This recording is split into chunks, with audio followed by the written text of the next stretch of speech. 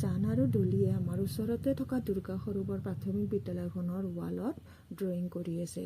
সেয়েহে এবাৰ চাই আহোঁ বুলি ৰাতিপুৱা 10মান বজাত ঘৰৰ পৰা ওলাই আহিলোঁ। আজি ৰবিবাৰ দুয়োজনে ৰাতিপুৱাৰ পৰাই ড্ৰয়িংবোৰ কৰি আছে। 13-14 তাৰিখৰ ভিতৰত উলিয়াই দিব লাগিব বুলিও কৈছে, যিহেতু সিহঁতে কৰি আছে। সিহঁতে আৰু মুখখন দিব আছে ন ডলি? মুখখন দিব আছে। কি হ'ব হৰাই?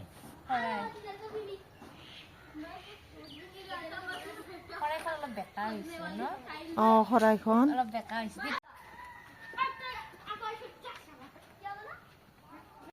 ওচৰতে ল'ৰাবোৰে খেলি আছে আৰু সিহঁতে কথাৰ মাজতে কি কি কৈ আছে সিহঁতে ভাবি নাচায়।